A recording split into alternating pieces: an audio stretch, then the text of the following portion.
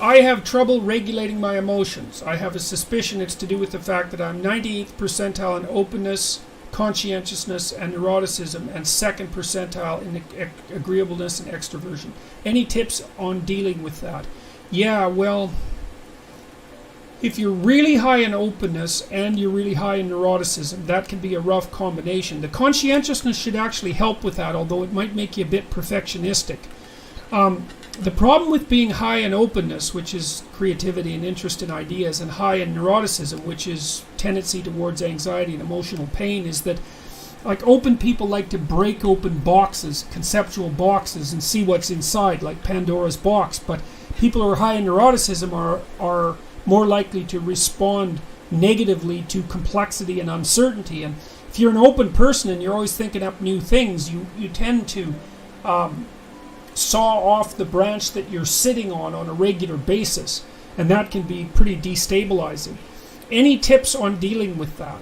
Well, I would repeat what I said earlier. I think that one of the things that you do if you're high in anxiety is to stabilize your sleep-wake cycles. So get up at the same time, go to bed at the same time, and eat at the same time. Make sure that you eat breakfast, and a big breakfast too, that's heavy on fat and protein, because if you're hungry and then you stress yourself, especially if you're high in neuroticism, you destabilize your insulin production system, and it won't restabilize till you go to sleep again. So I would say like two things. One is have a big breakfast, and then also if you're feeling particularly anxious, try eating something, not carbohydrates, and see if that helps, because you might be somewhat permanently dysregulated in your stress-related insulin production. That would be worth trying.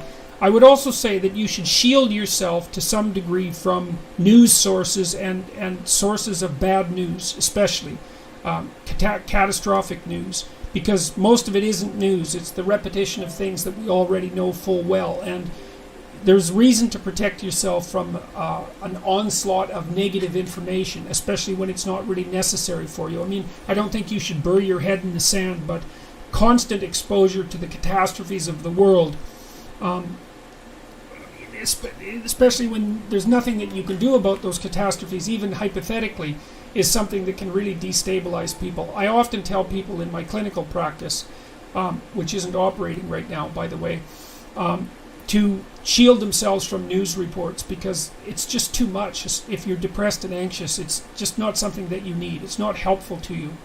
2nd percentile in agreeableness and extroversion.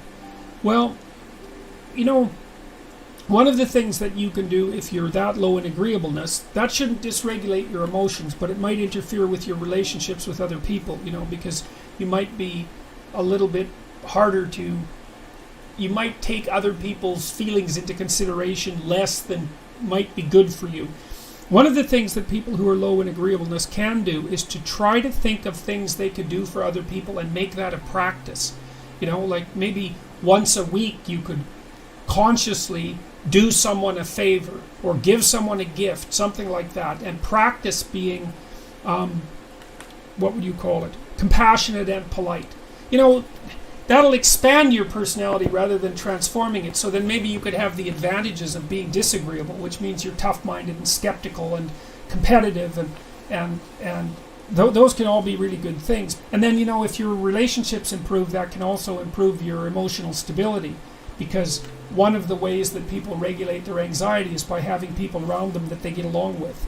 Because, you know, if you upset people, then they upset you, and especially if you're high in neuroticism, and that can increase your anxiety and your pain. So